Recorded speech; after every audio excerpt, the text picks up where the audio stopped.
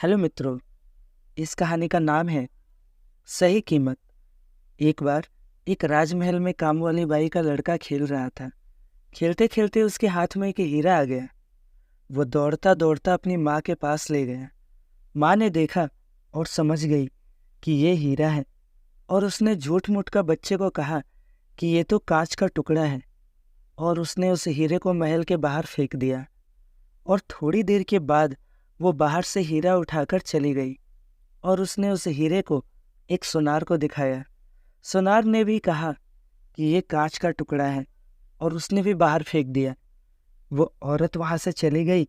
बाद में उस सुनार ने उस हीरे को उठा लिया और जौहरी के पास चला गया, और उसने जौहरी को वो हीरा दिखाया।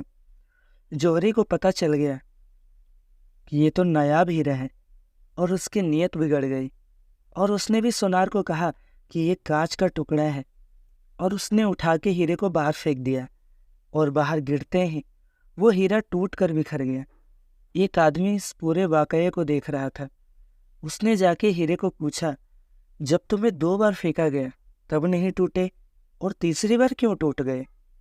हीरे ने जवाब दिया, ना वो औरत मेरी कीमत जानती थी, और ना ही वो सुनार। मेरी सही कीमत तो वो जौहरी ही जानता था, और उसने जानते हुए भी मेरी कीमत कांच की बना दी। बस मेरा दिल टूट गया, और मैं टूट के बिखर गया। तो मित्रों, जब किसी इंसान की सही कीमत जानते हुए भी लोग उसे नकारा कहते हैं, तो वह भी हीरे की तरह टूट जाता है और कभी आगे नहीं बढ़ सकता है। इसीलिए अगर आपके आसपास कोई भाई बहन, बेटी बहू या कोई भी हो, अगर वो अपने हुनर को निखारते हुए आगे बढ़ने की कोशिश करता है, तो उसका हौसला बढ़ाओ, सपोर्ट करो। और यह ना भी कर सको तो कम से कम हीरे को कांच बताकर तोड़ने का काम भी मत करो। हीरा खुद एक दिन अपनी जगह ले ही लेगा।